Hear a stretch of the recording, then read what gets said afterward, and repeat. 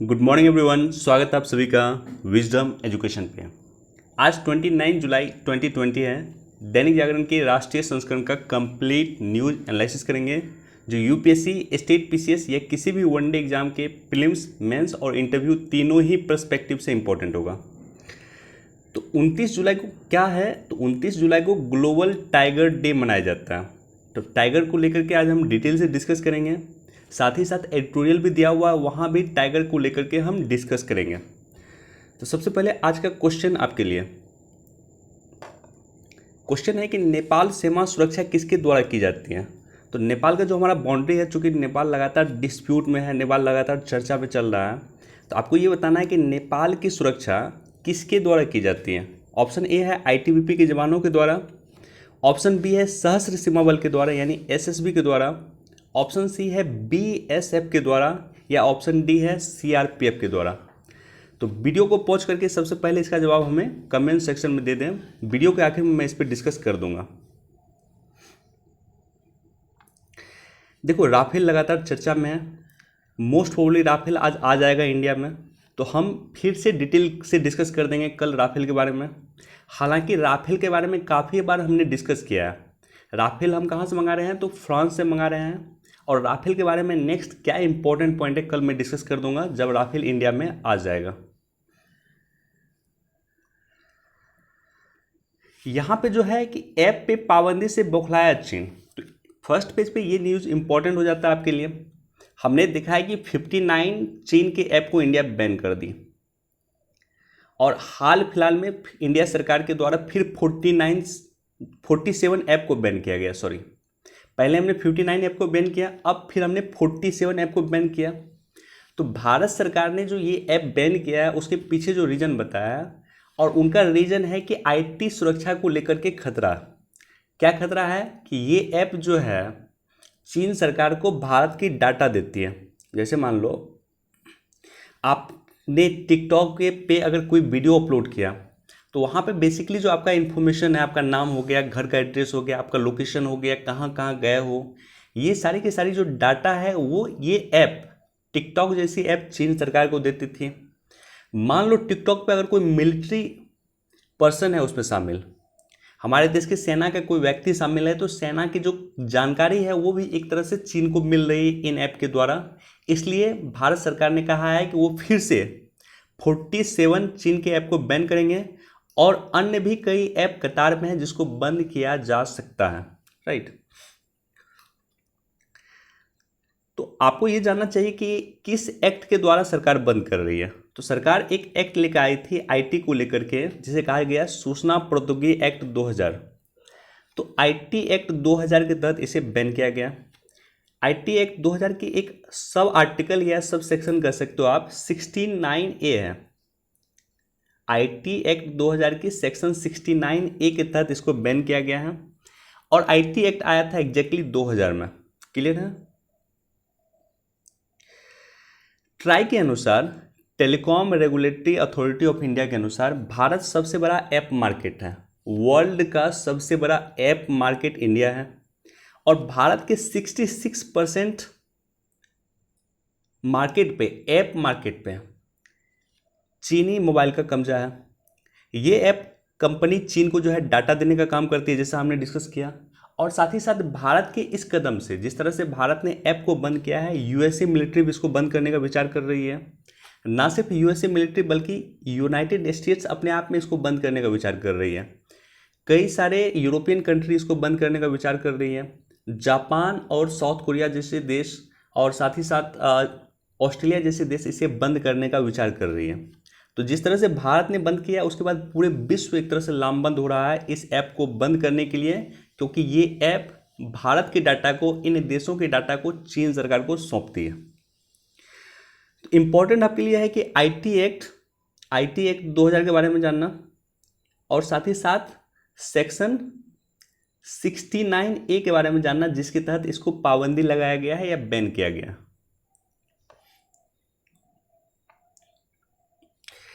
देखो, यहां एक छोटा सा न्यूज है कि पंजाब में राजस्थान से आया जिप्सम निकला घटिया। इंपॉर्टेंट नहीं है न्यूज़, बस आपको ये जानकारी होना चाहिए कि जिप्सम हमारे देश में सबसे अधिक जिप्सम का जो प्रोडक्शन होता है वो होता है राजस्थान में। राजस्थान लगभग 80%, भारत के 81% जिप्सम का प्रोडक्शन होता है आपको राजस्थान में।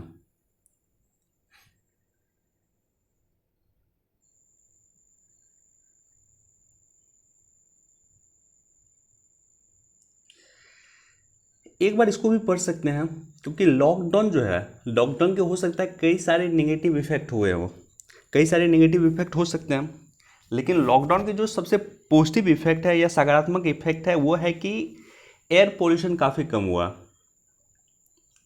तो खास करके दिल्ली का जो एयर पोल्यूशन लगातार चर्चा में रहता है, यूपीएससी ने इस पर क्वेश्चन पूछा है, स्टेट पीसीएस इस पर क्वेश्चन पूछती है। तो दिल्ली के एयर पोल्यूशन कम हुआ 70% जो है, नाइट्रोजन ऑक्साइड जो है वो कम हुआ, दिल्ली के एयर पोल्यूशन एक तरह से कम हुआ। साथ ही साथ कई जगह जल पोल्यूशन भी कम हुआ है, नदी कई सारी साफ हुई है। तो ये सारे के सारे जो है पॉजिटिव पॉइंट है किसके, तो लॉकडाउन के, कोरोना संकट के, ये सारे के सारे सकारात्मक संदर्भ है कि हमारे पर्यावरण साफ हुई है। एक बार जाकर इसको पढ़ सकते हैं।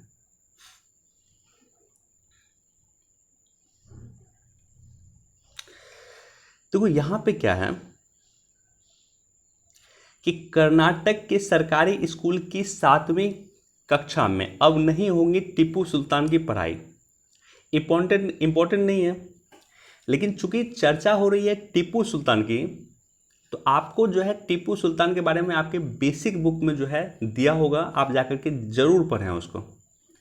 जो आपका हिस्ट्री का बुक होगा, मॉडर्न की बुक होगी, खास करके स्पेक्ट्रम में तो निश्चित तौर पे दिया हुआ। तो इस तरह से जब भी किसी कैरेक्टर के बारे में चर्चा हो या किसी टॉपिक के बारे में चर्चा हो तो उसके बारे में आपको पढ़ना चाहिए। यूपीएससी क्वेश्चन ड्राइव कर देती है। जैसे यहाँ पे आंग्ल मैसूर युद्ध कब हुआ था, पहला, दूसरा कब हुआ था, तीसरा कब हुआ था और चौथा कब हुआ था, किस शासक के दौरान हुआ था।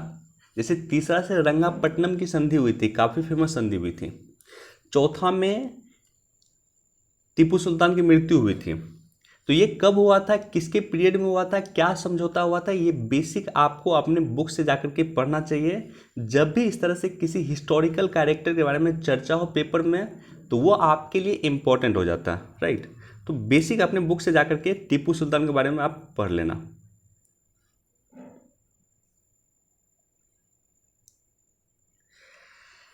देखो ये जो न्यूज़ है ये है सैयद अली शाह गिलानी। ये हमारे देश के ही निवासी हैं, जम्मू कश्मीर के निवासी थे। तो इसे जो है निशान ए पाकिस्तानी सरकार के द्वारा दिया जा रहा है। निश्चित तौर पे भारत और पाकिस्तान के बीच में एक विवाद ये खड़ा करेगा। क्यों? क्योंकि ये हमारे देश के जो हैं कट्टरपंथी नेता हैं और इनका जो है नारा था एक तरह से कि पाकिस्तान, जम्मू कश्मीर पाकिस्तान का पार्ट बनेगा, इसके लिए ये काम कर रहे थे।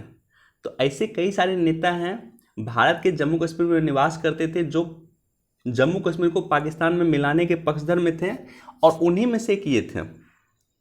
देखो, कश्मीर बनेगा पाकिस्तान का नारा देने वाले सैयद अली शाह गिलानी, तो कश्मीर बनेगा पाकिस्तान इसका नारा इसने दिया था। तो इसे जो है निशान ए पाक अवार्ड दिया जा रहा। जिस तरह से हमारे यहाँ जो सबसे हाईएस्ट अवार्ड है हमारे यहाँ वो भारत रत्न है, तो उसी तरह से पाकिस्तान का जो सबसे हाईएस्ट सिविलियन अवार्ड है उसे कहा जाता है निशान ए पाक। और निशान ए पाक इसको अवार्ड दिया जा रहा पाकिस्तान के द्वारा। तो निश्चित तौर पे भारत और पाकिस्तान के बीच में एक माहौल ख़राब करेगा कि वो व्यक्ति जो कश्मीर में डिस्प्यूट फैलाता है, कश्मीर में आतंकवादी फैलाता है, कश्मीर का अलगाववाद है, या कह सकते हैं कि कश्मीर को पाकिस्तान के मिलाने में पक्षधर है, उस व्यक्ति को, हमारे देश के नागरिक को आप निशान ए पाक अवार्ड दे रहे हैं, राइट।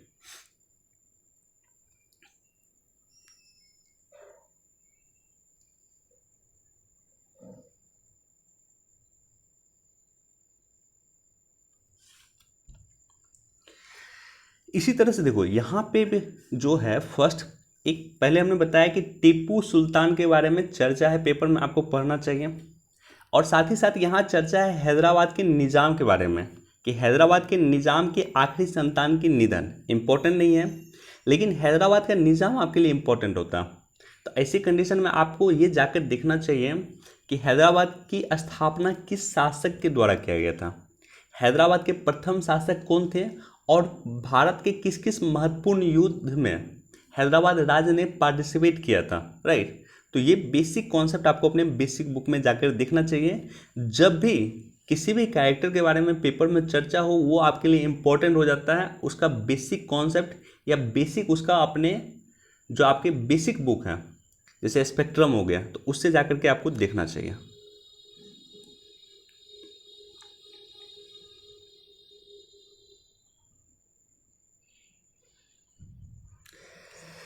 ओके देखो, एक तो ये है न्यूज़ और दूसरा एक एडिटोरियल भी है, दोनों को कंबाइन करके हम डिस्कस करते हैं कि बाघों के संरक्षण के में भारत दूसरे देशों की करेगा मदद।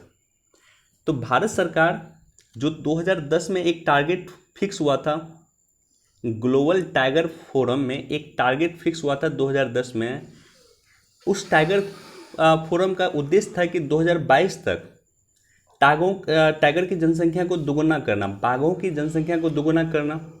तो हमने ये लगभग 4 वर्ष पहले ही अचीव कर लिया। तो इम्पॉर्टेंट फैक्ट देखेंगे, देखो यहाँ पे एक दिया हुआ, भारत में टोटल 50 टाइगर रिजर्व होते हैं। तो ऐसा नहीं कि आपको हर एक टाइगर रिजर्व के बारे में पढ़ना है, जो इम्पोर्टेंट टाइगर रिजर्व हैं, जैसे यहाँ पे दिया हुआ जिम कॉर्बेट।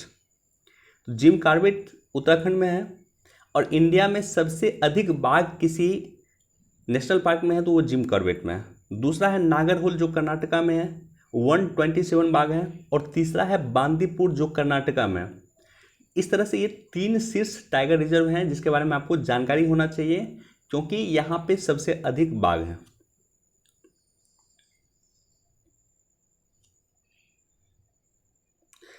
तो बाघों की स्थिति को लेकर के एक रिपोर्ट आया था 2018 में, और बाघों की जनगणना जो होती है प्रत्येक 4 वर्ष पे होती है। जैसे इंसानों की जनगणना 10 वर्ष पे होती है, उसी तरह से बाघों की जनगणना जो है 4 वर्ष पे होती है। और इस जनगणना के अनुसार बाघों की संख्या बढ़ के हो गई है 2967 हो गई है। टोटल विश्व में 3900 या 3700 बाघ हैं, 3700 आई गेस। तो विश्व में 3700 बाघ में 2967 बाघ इंडिया में ही है। तो विश्व के बाघों का 70% से अधिक पॉपुलेशन इंडिया में ही निवास करता है। दूसरी बात क्या है कि हमने जो एक ऐतिहासिक उपलब्धि हासिल की है कि बाघों की संख्या को दोगुना करने का टारगेट था 2022 में। 2010 के कंपेयर 2010 में जितनी बाघों की संख्या थी उसके अनुपात में 2022 तक बाघों की संख्या को दोगुना करना था, लेकिन हमने ये अचीव किया 4 वर्ष पहले, यानी 2018 में ही हमने ये अचीव कर लिया। तो ये जो घोषणा हुआ था, इस घोषणा पत्र काफ़ी इंपॉर्टेंट, इसको नाम याद रख लेना, 2010 में हुआ था, रसिया के सेंट पीटर्सबर्ग में हुआ था। तो इसे कहा जाता है सेंट पीटर्सबर्ग घोषणा पत्र। तो सेंट पीटर्सबर्ग घोषणा पत्र 2010 के अनुसार 2022 तक हमें बाघों की संख्या को दुगुनी करना था, जो हमने 2018 में अचीव कर लिया। तो 2018 के अनुसार जो टाइगर स्टेट है, सबसे अधिक बाघ जहां पे होता है उसे कहा जाता है टाइगर स्टेट। तो टाइगर स्टेट इससे पहले कर्नाटका था, लेकिन इस बार 2018 में रिसेंट टाइगर स्टेट बन चुका है मध्य प्रदेश। 526 बाघों के साथ सबसे अधिक बाघ मध्य प्रदेश में है, उसके बाद कर्नाटका में है, और तीसरा है उत्तराखंड। अखिल भारतीय बाघ अनुमान 2018 के अनुसार भारत के जो 3 टाइगर रिजर्व हैं वहाँ पे बाघों की अनुपस्थिति दर्ज की गई है, यानी वहाँ पे एक भी बाघ नहीं है। तो पहले हमने 3 आपके साथ टाइगर रिजर्व के बारे में चर्चा किया, और अभी मैं फिर 3 टाइगर रिजर्व के बारे में चर्चा करता हूँ। ये सारे के सारे इंपॉर्टेंट आपके लिए। पहला तो हो गया बुक्सा, वेस्ट बंगाल में है। दूसरा हो गया डंपा, मिजोरम में है। और तीसरा हो गया पलामू, झारखंड में है। तो बुक्सा पश्चिम बंगाल, डंपा मिजोरम और पलामू झारखंड में है, जहां बाघों की अनुपस्थिति दर्ज की गई है, यानी इस जगह पे बाघ नहीं रहते हैं। साथ ही साथ सबसे अधिक बाघ कहाँ रहते हैं, तो जिम कॉर्बेट में, नागरहोल कर्नाटका में, और बांदीपुर कर्नाटका में। तो ग्लोबल टाइगर फोरम क्या है? सेंट पीटर्सबर्ग में जो समिट हुआ था 2010 में, उसे ग्लोबल टाइगर फोरम कहा जाता है। तो ग्लोबल टाइगर फोरम एकमात्र अंतर सरकारी अंतर्राष्ट्रीय निकाय है बाघों की सुरक्षा को लेकर के, बाघों को किस तरह से बढ़ावा दिया जाए टाइगर को, उसके लिए एकमात्र अंतर सरकारी अंतर्राष्ट्रीय निकाय है। इसमें टोटल 13 देश हैं। इसका गठन 1993 में किया गया था। 1993 में नई दिल्ली में इसका गठन किया गया था और 1997 में GTF ग्लोबल टाइगर फोरम एक स्वतंत्र संगठन बना। हेडक्वार्टर कहाँ है? नई दिल्ली में ही है। तो ग्लोबल टाइगर फोरम का हेडक्वार्टर नई दिल्ली में है। 1993 में इसकी स्थापना हुई और 1997 में ये स्वतंत्र संगठन बना। साथ ही साथ आपको NTCA के बारे में आपको जानकारी होनी चाहिए। National tiger conservation authority. National tiger conservation authority एक स्टैट्यूटरी बॉडी है, यानी सांविधिक संस्था है। मिनिस्ट्री ऑफ इन्वायरमेंट के तहत आता है। संवैधानिक निकाय है, तो इसका मतलब है कि किसी एक्ट के माध्यम से इसका स्थापना हुआ। सांविधिक निकाय है, स्टैट्यूटरी बॉडी है, इसका मतलब किसी एक्ट के माध्यम से इसकी स्थापना हुआ है। और ये एक्ट हुआ है वाइल्ड लाइफ प्रोटेक्शन एक्ट 1972 के माध्यम से इसकी स्थापना हुआ। I repeat, wild life protection act 1972 के माध्यम से NTCA national tiger conservation authority की स्थापना हुई है, जिसके अध्यक्ष होते हैं पर्यावरण मंत्री। तो प्रोजेक्ट टाइगर जो चलाया गया था 1973 में, हमारे देश में बाघों के संरक्षण को लेकर के प्रोजेक्ट टाइगर चलाया गया था। इस प्रोजेक्ट टाइगर को NTCA के द्वारा ही चलाया जाता है, राइट। और NTCA की स्थापना हुई थी 2006 में।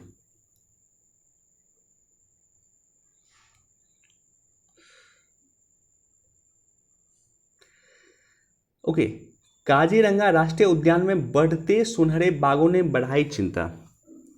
अधिक इंपॉर्टेंट नहीं है, बस ये आपको जानना है कि विश्व का एकमात्र देश इंडिया है और इंडिया का एकमात्र टाइगर रिजर्व है काजीरंगा टाइगर रिजर्व, जो असम में है, जहाँ पे गोल्डन टाइगर पाया जाता है। तो ये बेसिक इन्फॉर्मेशन है। चूंकि विश्व का एकमात्र टाइगर रिजर्व है जहाँ पे गोल्डन टाइगर पाया जाता है, वह है काजीरंगा नेशनल उद्यान, जो है आपको असम में। बेसिक इतना इन्फॉर्मेशन आपको जानकारी होना चाहिए। देखो, ये इंपॉर्टेंट नहीं है हमारे लिए। जो भी पॉलिटिकल न्यूज़ होता है वो बिल्कुल इंपॉर्टेंट नहीं होता है, ये हमारे लिए बिल्कुल इंपॉर्टेंट नहीं है। हालांकि राजस्थान में जो क्राइसिस चल रही है, उस क्राइसिस को लेकर के 2-3 बातें स्पष्ट तौर पे मैंने आपको बताया था और हमने आपके साथ डिस्कस भी किया था। तो पहला तो इंपॉर्टेंट है स्पीकर की भूमिका, दूसरा है कि राज्यपाल की भूमिका, तीसरा है कि दल बदल कानून या 10वीं अनुसूची का जो क्या एग्जैक्ट प्रावधान है वो प्रावधान अधिक इंपॉर्टेंट है, और नेक्स्ट है पीपल रिप्रेजेंटेशन एक्ट 1951, लोक प्रतिनिधित्व अधिनियम 1951। ये 4 चीज़ आपके लिए इंपॉर्टेंट है, इसके बारे में आपको जानकारी होना चाहिए। जब भी इस तरह का क्राइसिस हो तो ये चारों चीज़ें इंपॉर्टेंट हो जाती हैं। समृद्ध जैव विविधता की गवाही देते बाघ, तो ऑलरेडी इसके बारे में हमने डिस्कस किया है। बस 1-2 पॉइंट यहां पे है। देखो, राइटर का कहना है, राइटर जो है प्रकाश जावड़ेकर हैं, जो हमारे देश के पर्यावरण मंत्री हैं। इनका कहना है कि हमारे देश में जो है 2.5% लैंड है। ये देखो यहाँ पे दिया हुआ है, दुनिया की लैंड का टोटल 2.5% हमारे देश का लैंड है। इसके बावजूद जल संसाधन 4% है और देश में टोटल 16% पॉपुलेशन निवास करता। देखो यहाँ पे 2.5% हमारे पास लैंड है, 4% हमारे पास जल संसाधन है, यानी विश्व के पानी का 4% भारत में है। साथ ही साथ 16% विश्व का जीव जंतु इंडिया में निवास करता है, व्यक्ति इंडिया में निवास करते हैं। इसके बावजूद भारत का जो है जैव विविधता है वो 8% है। विश्व की टोटल बायोडाइवर्सिटी का 8% इंडिया में ही निवास करता है। तो ये एक अच्छा संदर्भ है, एक प्राकृतिक संदर्भ है कि हमारे यहाँ इतना जीव जंतु है। निश्चित तौर पे एक सकारात्मक कदम है और उसके लिए हमारे व्यवहारिक दृष्टिकोण भी मैटर करता है। तो इस बारे में चर्चा किया गया है। बाकी जो टोटल टाइगर रिजर्व का क्या क्या पॉलिसी सरकार अपनाया है या एनटीसी का क्या कार्यक्रम है, प्रोजेक्ट टाइगर क्या है, उसके बारे में हमने ऑलरेडी चर्चा कर दिया आपके साथ। लेकिन ये एक बार पढ़ लेना, ये इंपॉर्टेंट है। देखो 2018 में जो जनगणना हुई थी बाघों की, उसमें लगभग 30,000 से अधिक कैमरा का यूज हुआ था और इसको लेकर के इसे Guinness book of world record में शामिल किया गया। देखो यहाँ पे दिया हुआ कि बाघों की जनगणना जो हुई थी 2018 में, उसे Guinness book of world record में शामिल किया गया है। लगभग 25,000 से अधिक कैमरा का इस्तेमाल इसमें हुआ था। तो एक बार इसको जरूर जाके पढ़ लेना।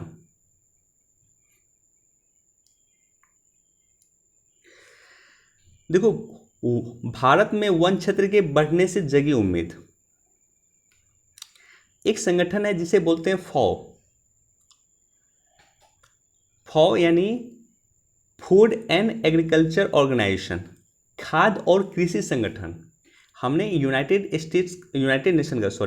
नेशन का हमने एक स्पेशल वीडियो बनाया था जिसमें हमने इस संगठन के बारे में भी डिस्कस किया था।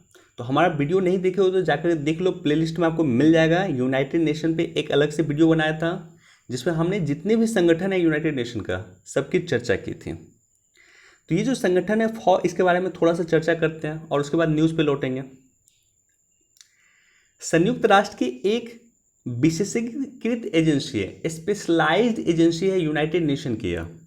इसकी स्थापना 1945 में हुई थी और इसका बेसिकली काम क्या है कि पोषण के स्तर को किस तरह से इम्प्रूव किया जाए, राइट। खाद्यान्न के स्तर को किस तरह से इम्प्रूव किया जाए, पोषण के स्तर को किस तरह से इम्प्रूव किया जाए।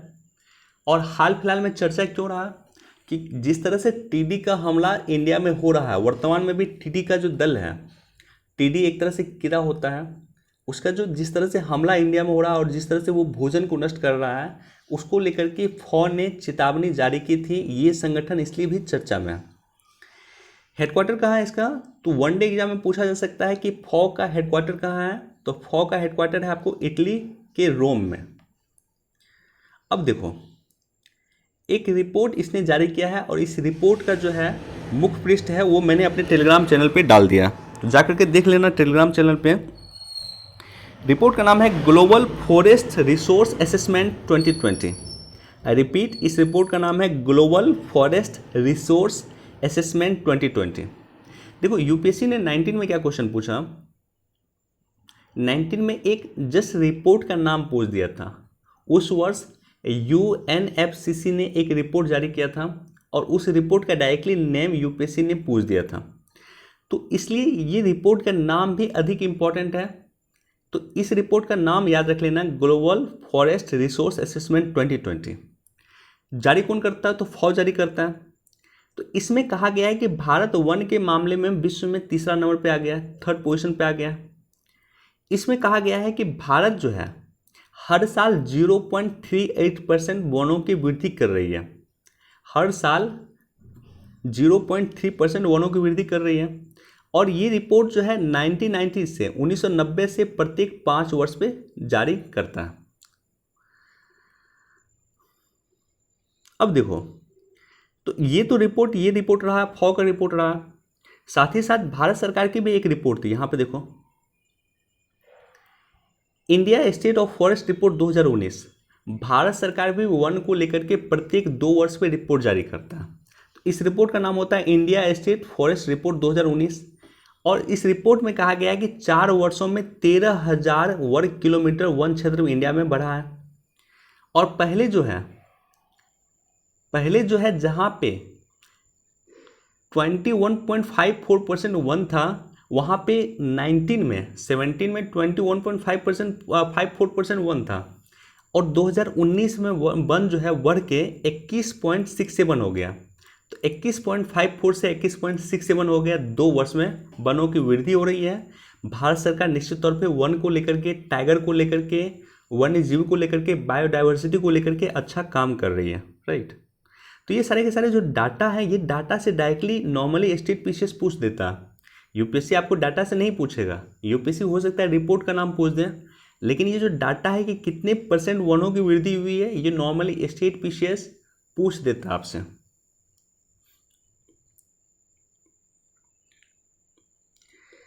एक बार इसको पढ़ सकते हैं, बहुत ज़्यादा इंपॉर्टेंट नहीं लगा मुझे, लेकिन एक बार इसको पढ़ सकते हैं आप।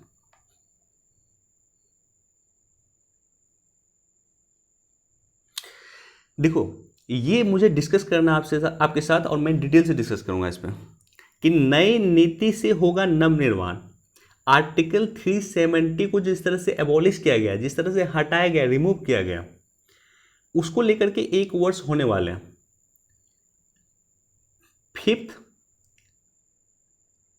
5 अगस्त 2019 का दिन, जिस दिन ये प्रस्ताव रखा गया था, और इसी दिन ये प्रस्ताव शायद पारित भी हुआ था। तो 5 अगस्त 2019 से ये कार्य करना शुरू किया ये एक्ट। और साथ ही साथ जो सरदार वल्लभ भाई पटेल का जन्मदिन है 31 अक्टूबर 2019 को ये इम्प्लीमेंट हुआ। यानी जो ये जम्मू कश्मीर के लिए जो हम लोग बिल लाए थे, भारत सरकार बिल लाई थी, वो 31 अक्टूबर 2019 से जाकर के क्रियान्वयन शुरू हुआ। जम्मू कश्मीर, इस जो बिल था इसका नाम है जम्मू कश्मीर पुनर्गठन अधिनियम 2019। अब तो ये एक्ट बन गया है, यानी अधिनियम हो गया, तो इसका नाम है जम्मू कश्मीर पुनर्गठन अधिनियम 2019। इसके तहत 2 यूटी बनाया गया, यूनियन टेरिटरी 2 बनाया गया। एक तो जम्मू कश्मीर बनाया गया, दूसरा लद्दाख बनाया गया। तो जम्मू कश्मीर में विधानसभा है, आई रिपीट, जिस तरह से दिल्ली में विधानसभा है उसी तरह से जम्मू कश्मीर में विधानसभा है। और साथ ही साथ जम्मू कश्मीर में चुनाव होगा, जम्मू कश्मीर में मुख्यमंत्री होगा। दिल्ली में आपको चीफ मिनिस्टर है, दिल्ली में मुख्यमंत्री है, उसी तरह से जम्मू कश्मीर में मुख्यमंत्री है।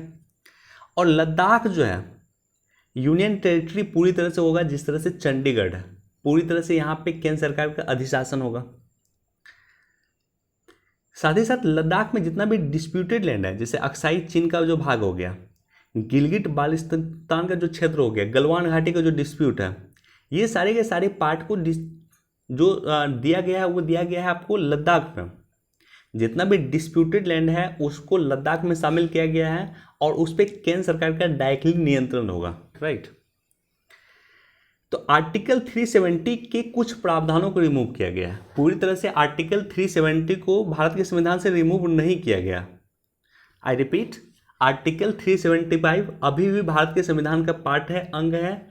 उसके प्रावधानों को रिपीट किया गया है, उसके प्रावधानों को हटाया गया है, कुछ प्रावधानों को, और इसके कुछ प्रावधानों को हटा करके जम्मू कश्मीर के लिए जो स्पेशल स्टेटस था, विशेष राज्य का दर्जा देता था भारत के संविधान के आर्टिकल 370, उस विशेष राज्य के दर्जा को हटा लिया गया है, स्पेशल स्टेटस के प्रोविजन को हटाया गया। तो ये जो है आर्टिकल 370 को जोड़ा गया था 17 अक्टूबर 1949 को, 1949 को जोड़ा गया था भारत के संविधान में, एक अस्थायी प्रोविजन के तौर पर जोड़ा गया था। यानी ये अस्थायी नहीं था, अस्थायी प्रोविजन था, टेम्पोररी प्रोविजन के तौर पर था। इसके बाद आर्टिकल 35A को राष्ट्रपति एक अध्यादेश के माध्यम से, भारत के तत्कालीन राष्ट्रपति एक अध्यादेश के माध्यम से 1954 में आर्टिकल 35A को इम्प्लीमेंट करते हैं। और 35A में क्या है? 35A में है कि आप अगर बाहर के हैं, जम्मू कश्मीर से बाहर के व्यक्ति जम्मू कश्मीर में जाकर के लैंड नहीं खरीद सकता, राइट। तो 35A जम्मू कश्मीर के सोवरेनिटी पे को बचाव करता था एक तरह से। जम्मू कश्मीर में आप जाके लैंड नहीं खरीद सकते थे, या जम्मू कश्मीर की लड़की अगर किसी अन्य राज्य के लड़के के साथ अगर शादी करती थी तो उसकी सदस्यता चली जाती थी। जम्मू कश्मीर का एक अलग से नागरिकता था। तो चलो, आर्टिकल 370 का केंद्र का वर्तमान का निर्णय क्या होगा, उससे क्या प्रभाव पड़ेगा? तो पहला प्रभाव तो ये पड़ेगा कि आर्टिकल 370 का केवल एक खंड लागू रहेगा, शेष खंड को समाप्त किया गया है। यानी शेष खंड जिसमें आर्टिकल 370 के तहत जम्मू कश्मीर को स्पेशल राज्य का दर्जा मिला था, उसे समाप्त किया गया है। जम्मू कश्मीर को विशेषाधिकार नहीं मिलेगा। तीसरा है कि एकल नागरिकता, का प्रोविज़न अब पूरे देश भर में लागू होगा। पहले क्या था कि कश्मीर के लिए, जम्मू कश्मीर का एक अलग नागरिकता था और इंडिया का अलग नागरिकता था। तो अब ऐसी कंडीशन में जम्मू कश्मीर में भी भारत की नागरिकता पूरी तरह से स्वीकार्य होगी, एक देश एक नागरिकता। इसी तरह से एक राष्ट्र एक ध्वज के सिद्धांत को लागू होगा। जम्मू कश्मीर में ना सिर्फ अलग से नागरिकता थी बल्कि जम्मू कश्मीर का एक अलग से ध्वज भी था। तो ये एक राष्ट्र एक ध्वज का सिद्धांत जम्मू कश्मीर में लागू होगा। भारत में लागू होने वाले वित्तीय आपात, आर्टिकल 360 जो जम्मू कश्मीर में लागू नहीं होता था, ये भी अब लागू होगा।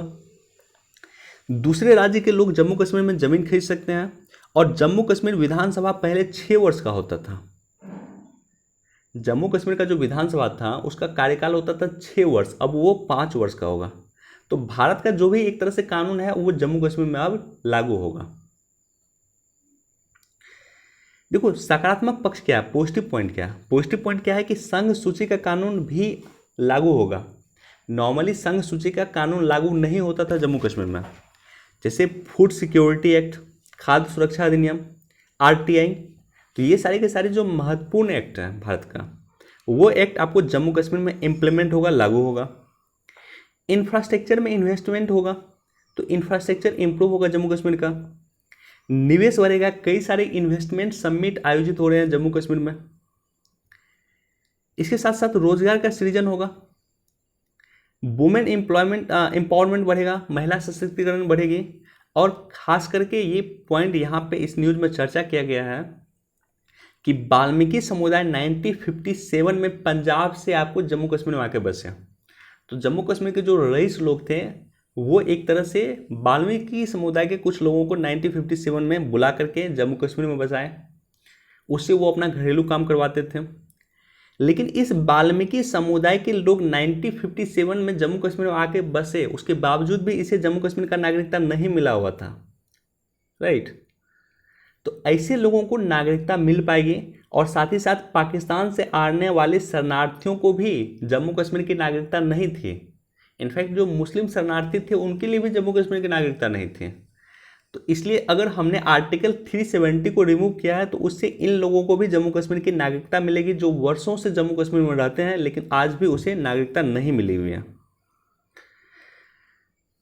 चलो ये तो पॉजिटिव पॉइंट हुआ। कुछ नेगेटिव पॉइंट क्या है, आर्टिकल 370 को रिमूव करने का क्या नेगेटिव पॉइंट है। तो कानून को देखो पूर्ण रूप से फॉलो नहीं किया गया। ऐसा कई लोगों के द्वारा कहा गया कि जब हमने आर्टिकल 370 को रिमूव किया, आर्टिकल 370 को रिमूव किया उस समय में जम्मू कश्मीर का विधानसभा भंग था, जम्मू कश्मीर का विधानसभा चल नहीं रहा था। तो ऐसे कंडीशन में जम्मू कश्मीर के विधानसभा से हमने राय मशवरा नहीं किया। दूसरा है कि अन्य राज्य भी चिंतित हैं। तो जिस तरह से आर्टिकल 370 हमने रिमूव किया, उसके बाद जो अन्य राज्य हैं जिसको स्पेशल स्टेटस मिला हुआ, और यहाँ आपके लिए इम्पोर्टेंट हो जाता है 371। आर्टिकल 371 का जितना भी सब क्लॉज है या जितना भी स्पेशल स्टेटस का राज्य किसी को मिला हुआ, उसके बारे में जाकर के पढ़ लेना, लक्ष्मीकांत में दिया हुआ आर्टिकल 371। तो 371 के तहत जो राज्य हैं, सिक्किम हो गया, अरुणाचल प्रदेश है, नागालैंड है, तो ये सारे के सारे राज्य भी अब चिंतित हैं, क्योंकि इन्हें चिंता इस बात की है कि इनका भी स्पेशल स्टेटस समाप्त हो सकता है जिस तरह से जम्मू कश्मीर का समाप्त किया गया। और तीसरा पॉइंट है कि लोगों की राय नहीं ली गई, विधानसभा भंग था, ऐसे कंडीशन में हमने विधानसभा की राय नहीं ली और एक तरह से हमने लोगों की राय नहीं ली इसको हटाने के पूर्व। तो इसको नेगेटिव पॉइंट है, लेकिन नेगेटिव पॉइंट होने के बावजूद सकारात्मक पक्ष इसमें अधिक है, राइट।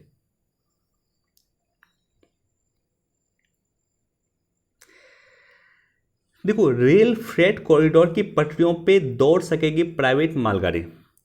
तो प्राइवेट मालगाड़ी जो रेल फ्रेट कॉरिडोर बन रहा है वहां पे दौड़ पाएगी। तो लोकेशन मैं आपको दिखाता हूं। ओके, ये लोकेशन है। हमारे पास जो कॉरिडोर है, एक तो ईस्टर्न कॉरिडोर है ये, और ईस्टर्न कॉरिडोर को वर्ल्ड बैंक डेवलप कर रही है, जो पंजाब के लुधियाना से, यहाँ से लुधियाना से निकलती है। डायरेक्ट आपको लोकेशन पूछ देगा, तो याद रख लेना, ईस्टर्न कॉरिडोर पंजाब के लुधियाना से निकलती है और दनौकी जाती है। सॉरी दानकुनी जाती है। दानकुनी ये आपको है वेस्ट बंगाल में, पश्चिम बंगाल में। तो लुधियाना से लेकर के ये दानकुनी तक जाती है। ईस्टर्न कॉरिडोर जो वर्ल्ड बैंक डेवलप कर रहा है। दूसरा है कि वेस्टर्न कॉरिडोर। वेस्टर्न कॉरिडोर यहाँ पे दादरी के से निकलती है, दिल्ली के पास दादरी है, और यहाँ से JNPT जाती है। JNPT ट्रस्ट जो पोर्ट है मुंबई में, वहाँ पे जवाहरलाल नेहरू पोर्ट, तो ये दादरी से निकलती है और आपको JNPT जाती है। ईस्टर्न कॉरिडोर और वेस्टर्न कॉरिडोर दोनों जो मिलता है वो मिलता है दादरी के पास। दादरी दिल्ली का, दादरी दिल्ली के पास दादरी है, और खुर्जा है उसके पास ये मिलता है, दोनों एक दूसरे को मिलता है, दादरी और खुर्जा के पास। अब ये जो वेस्टर्न पार्ट है, वेस्टर्न पार्ट डेवलप कर रहा है जापान। जापान के सहयोग से वेस्टर्न कॉरिडोर डेवलप हो रहा है और eastern corridor world bank develop कर रही है। लोकेशन अधिक इंपॉर्टेंट है, मैप जाकर के देख लेना, मैंने टेलीग्राम चैनल पे डाल दिया।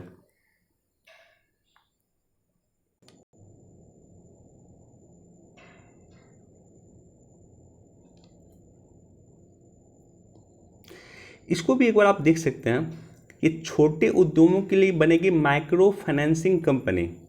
तो MSME मिनिस्ट्री का कहना है कि जो छोटे उद्यम है उसके लिए माइक्रो फाइनेंसिंग इंस्टीट्यूशन बना रही है जो 10 लाख रुपए तक की लोन देने का काम करेगी। और विशेषकर ये लोन देगी किस सेक्टर में? तो छोटा उद्यमी जो कृषि में संलग्न है, कृषि में काम कर रहा, देश के प्राथमिक सेक्टर में अपनी योगदान निभा रहा, उसे 10 लाख रुपए तक का लोन मिलेगा। राइट।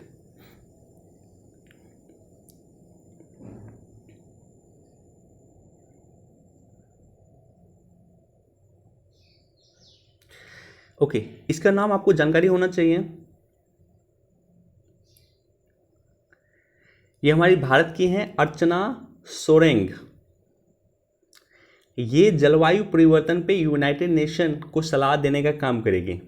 तो अर्चना सोरेंग का नाम याद रख लीजिए, ये वनडे एग्जाम में पूछा जा सकता है। यूनाइटेड नेशन में जलवायु परिवर्तन को लेकर के सलाह देने का काम करेगी। कौन? अर्चना सोरेंग।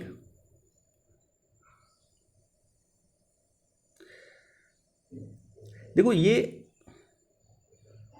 ये आप पिक्चर देखो, एक महिला है यहाँ पे,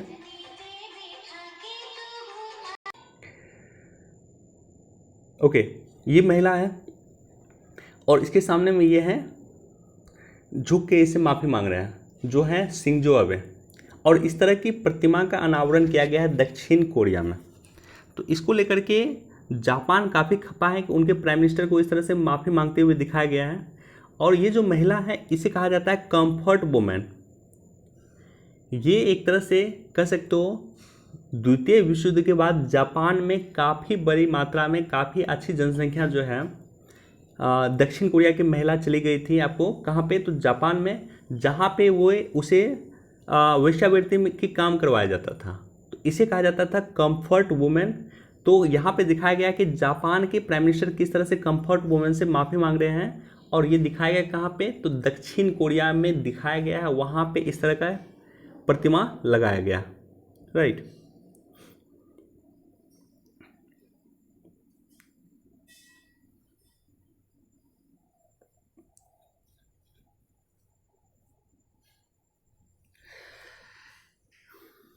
एक बार इसको भी आप देख सकते हैं।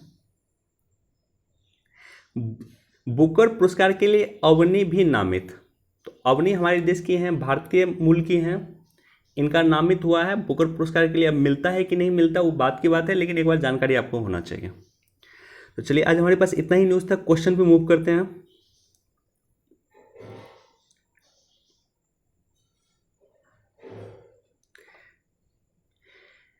देखो, हमारे देश की जितनी भी सीमा लगती है किसी भी देश के साथ, चाहे वो चीन के साथ लगे, पाकिस्तान के साथ लगे, बांग्लादेश के साथ लगे, भूटान के साथ लगे, म्यांमार के साथ लगे, उनकी सीमा की सुरक्षा किसके द्वारा की जाती है आपको जानकारी होना चाहिए। जैसे ITBP का जापान होता है, तो चीन की जो सीमा लगती है, चीन की सीमा वो लद्दाख से लेकर के अरुणाचल प्रदेश तक, तो इसकी सुरक्षा करते हैं ITBP के जवान। इसी तरह से SSB जो है, सशस्त्र सीमा बल, ये नेपाल के साथ जो सीमा लगती है उसकी सुरक्षा करते हैं सशस्त्र सीमा बल। साथ ही साथ भूटान के साथ जो सीमा लगती है उसकी भी सुरक्षा करते हैं सशस्त्र सीमा बल। इसी तरह से बीएसएफ है। बीएसएफ जो है पाकिस्तान के साथ जो भी सीमा लगती है उसकी सुरक्षा करते हैं बीएसएफ। बीएसएफ के जवान पाकिस्तान के साथ सुरक्षा करते हैं, राइट, पाकिस्तान और बांग्लादेश के साथ भी। तो बीएसएफ बांग्लादेश और पाकिस्तान के साथ भारत की सीमा की सुरक्षा करता है। एसएसबी भूटान और नेपाल के साथ भारत की सीमा की सुरक्षा करता है। और आईटीबीपी के जवान चीन के साथ लगी सीमा की सुरक्षा करता है। तो इसका आंसर क्या हुआ? इसका आंसर हुआ आपका ऑप्शन बी, इसका करेक्ट आंसर हुआ। तो वीडियो देखने के लिए बहुत बहुत धन्यवाद। Thank you so much. Please do like, share and subscribe. Thank you.